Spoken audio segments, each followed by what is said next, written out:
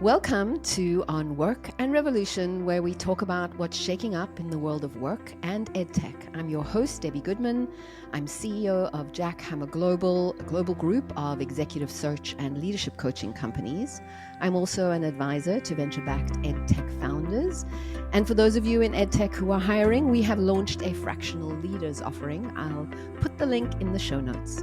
My main mission with all of my work is to help companies and leaders and people to create amazing workplaces where everyone and their ideas can flourish and thrive. So I'm really thrilled to have Chris Wang as my guest today. Chris is co-founder and CEO of Shimmer, which is an ADHD coaching platform for adults, and which a few months ago raised their seed funding round. Chris was previously a design thinking consultant with the Berkeley Innovation Group, a venture fellow with Berkeley Skydeck, a consultant with Value for Good, and she worked for several years at Bain & Company. She has an MBA, Haas School of Business, as well as a master's in public health. She's a YC alum, that's pretty awesome pedigree, and noted in the Forbes 30 under 30 list. She has also been diagnosed quite recently as having ADHD. And today I'm going to be talking to Chris and hopefully getting a lot more educated about ADHD in adults, how this manifests in the workplace and at home and life in general, and how Shimmer fits in to support this kind of neurodiversity. Welcome, Chris. Thank you so much for that kind introduction and for having me. I'm excited for this. Okay, great. Well, let's start kind of at the beginning, really, which is to try and understand and explain to listeners who might not have a really good appreciation of what ADHD is, because the label itself incorporates the words deficit and disorder, which seems to indicate that this is some kind of disability. But how do you see it? Great question. So I guess to start off, ADHD is attention deficit hyperactivity disorder. So yes, it has those words in it. I personally, along with much of the community, if we break it apart, don't really agree with the first part, which is the attention deficit. It really is not about a deficit of attention. It is about the inability to control that attention. So sometimes we have a lot of attention and sometimes we don't have as much attention. So we may have heard words like hyper focus is when we get sucked into something that we're interested in and we have all of the attention in the world on this one item, more so than neurotypical folks often can get into, versus other times we are really just unable to focus on the thing that's in front of us for a variety of reasons and end up being very scattered, distracted, being pulled by our various thoughts. And that's when you get, sometimes they call it like the glitch. Oh, wow. I'm getting a confetti. That's when you get the glitch where you're turning this way and then you forget where you went into the other room. So I will first say that I think it needs to be renamed. Names that are up for grabs are self-regulation deficit disorder, executive function deficit disorder. So I do first want to address that first part, which I think is less debated. The second part around the disorder, I wouldn't say it's debated, but I think people have differing opinions. And I do want to first break apart the word disability, because I do believe strongly that ADHD is a disability, but I think the way that we think about the word disability might be a little bit wrong. So we view disability as kind of, or at least the stigmatized version is it's like a lesser person where something is broken about them. However, for me, disability, it's contextual. It's about being disabled in the environment that you live in and in the life activities that you engage in. So the formal definition is disability is a physical or mental impairment that substantially limits one or more major life activities. And so the key here is major life activities, which essentially is your environment. It's something that's outside of you. It's something that you need to do. So if that thing is changed and it's fit for you and it's inclusive, it's accommodating, then you won't be disabled as much as a person with ADHD. So disability is not a finite thing that doesn't move. It is contextual to the environment that you're in. And so that's why I think this conversation we're having is so important, because a large part of our environment is the workplace. But I know we'll get into that. Right. I mean, just in terms of thinking about ADHD in the context of just neurodiversity, meaning different to a common standard that we meaning the standards that exist currently, present well, this is the norm. And anything other than the norm is then a disability. I think that just the reframing the thing, it's just different. Nevertheless, just as we have started to create environments that can accommodate people with physical challenges, physical differences, and differences in ableness, I think what I'm starting to hear around the community in terms of ADHD is that how do we accommodate for difference in a way that doesn't label people as less than?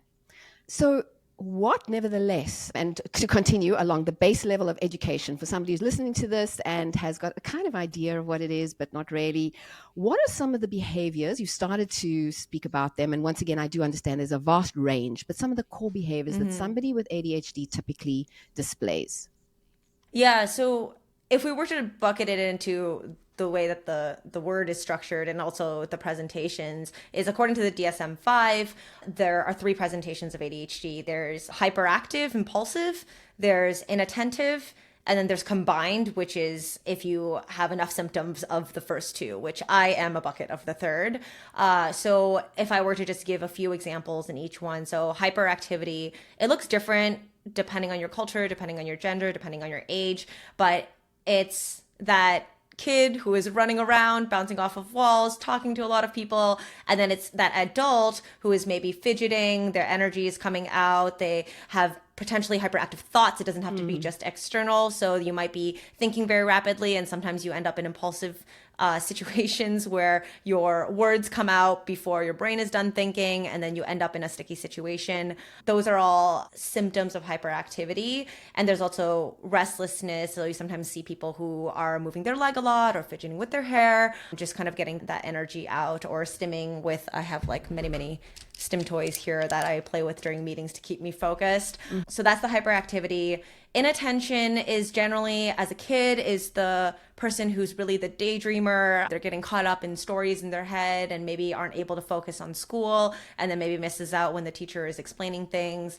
And then as you get older, inattention generally shows up in various different ways depending on your life context, but it could be forgetting things, misplacing things, missing timelines, a lot of varying inattention. And then combined would be any kind of combination of the 2. That's kind of the formal definition, but I like to think about ADHD and a lot of neurodiverse conditions as just having, I would say, executive functioning challenges. So executive functions is like the CEO of your brain. It's how you plan, prioritize, manage time, reach goals, really that day-to-day struggle of getting you to where you need to go. That is what ties together many different neurodiverse conditions.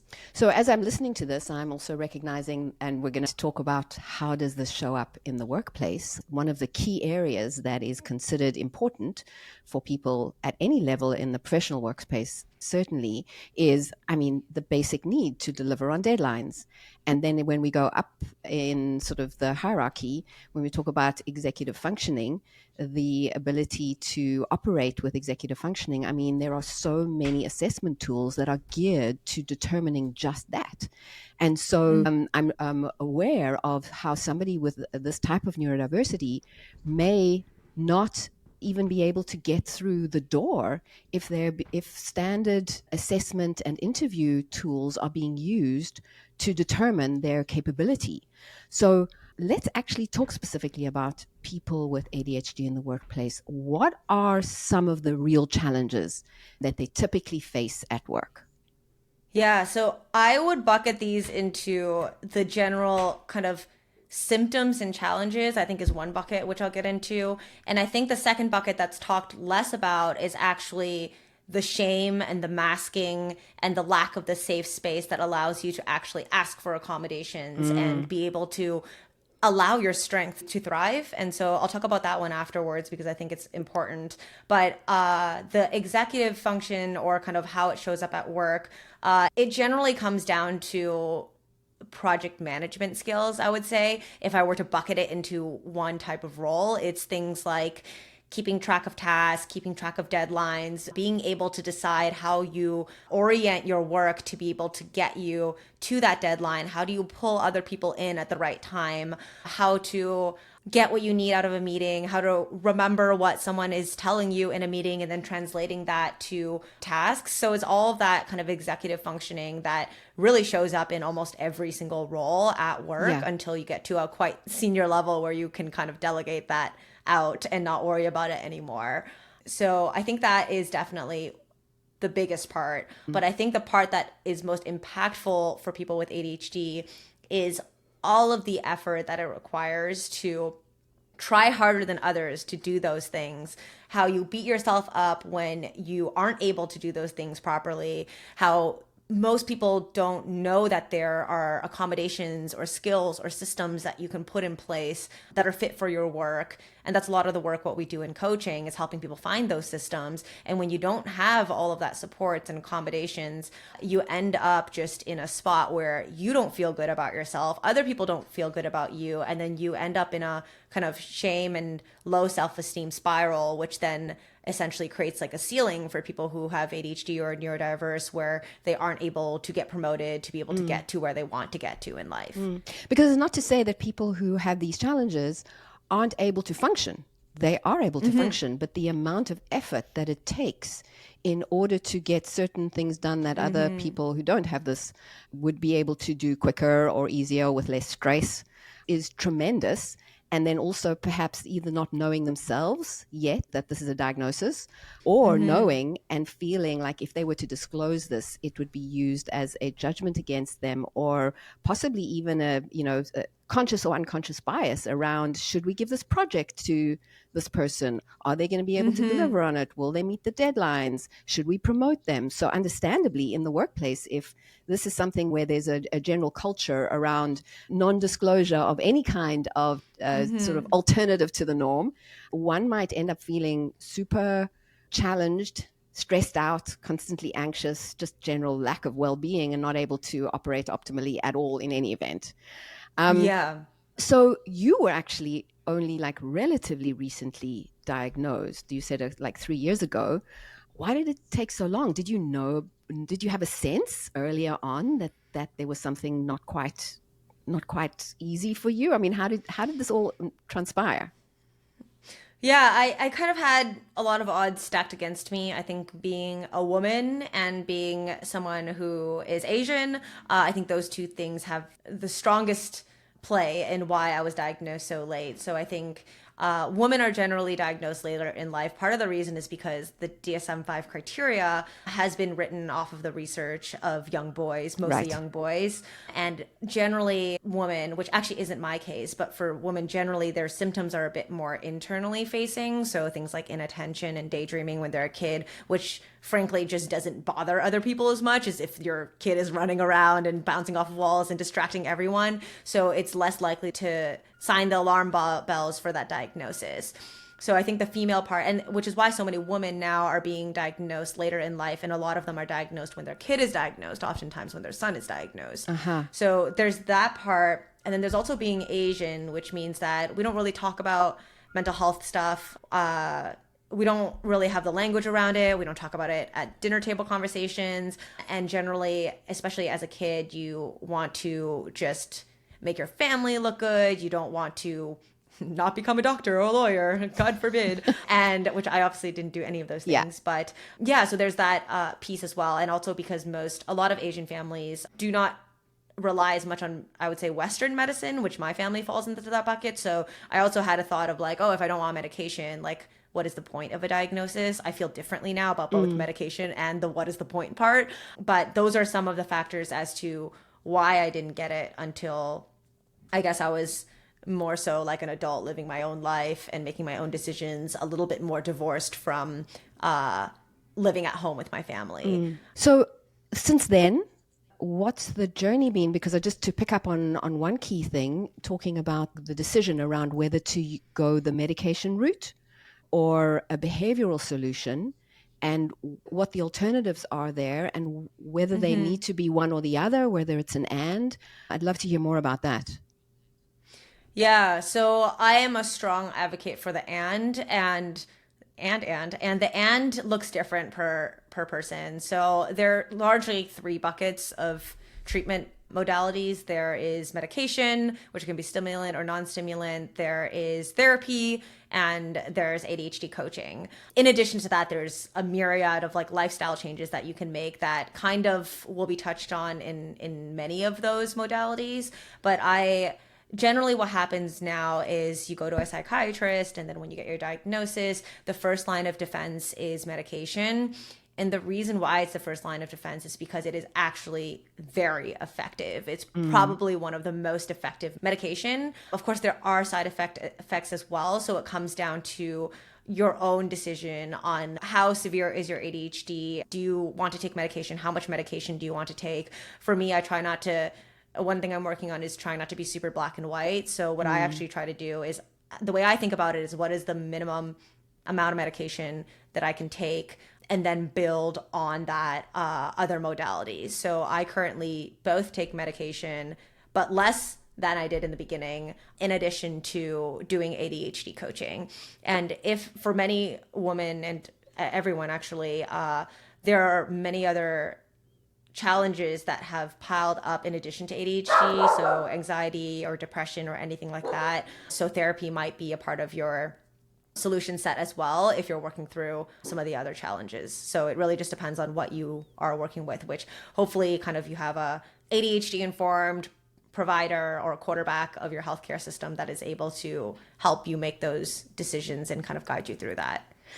And let's say a listener is listening to this and going, okay, this is sounding like something I could investigate further. I don't want to go see a psychiatrist. It's perhaps not that severe, or I'm functioning kind of fine, but I'd love the help. How does one go about the behavioral coaching route? Because, that's essentially what led to you founding Shimmer. My understanding is that it's pretty hard to find qualified ADHD coaches who really understand how it functions and can provide the right type of support, and that is quite expensive. Yeah, so all of those things were true 2 years ago, and now that Shimmer exists, that those statements are no longer true, and we're very proud of that. We set out to tackle the affordability issue, and along with a bunch of other issues, which includes finding the coach, vetting them. These are all things that are very difficult for someone who just got diagnosed. You don't know how to do these things. And so at Shimmer, we offer ADHD coaching that is 5 to 10 times more affordable than anything else out there. And we have an extremely robust process to not only just vetting our coaches, making sure they have the right credentials and right passion and kind of reason as to why they're doing it, but also continuing to train them, to invest in their learning and development, because this is a very fluid space, the understanding of ADHD, and it is essential that any provider that you work with is staying up to date with ADHD and what is the latest in the science. And that's very difficult to do if you're not spending all day on ADHD, which for most therapists and most primary care providers, it's just the reality that they're not, because they have to know a bunch of other stuff and they have to be that kind of generalist. So now you can get affordable ADHD coaching, and we will help you find the right coach amongst all of our coaches, and be able to kind of walk you through that process. So that was essentially what I was looking for that didn't exist when I first got diagnosed, and hence why we created this.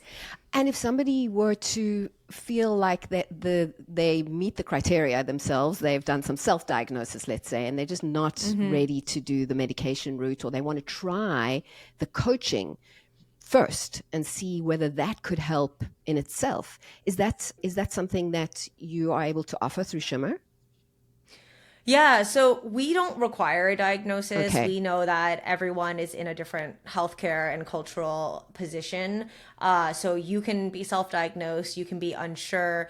The methodology that we kind of sit in between two worlds. So we sit in between the life coaching world that is credentialed by either ICF, the International Coaching Federation, or NBHWC, which is National Board Health and Wellness Coaches.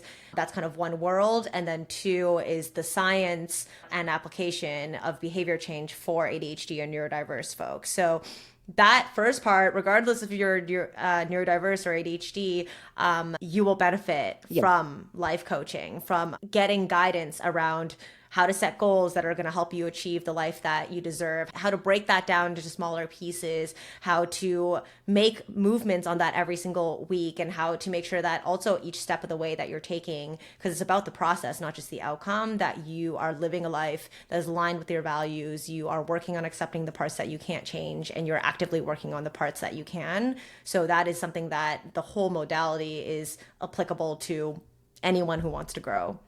Out of interest, why the decision to only focus on adults? Because we know that children are much more likely to get an early diagnosis.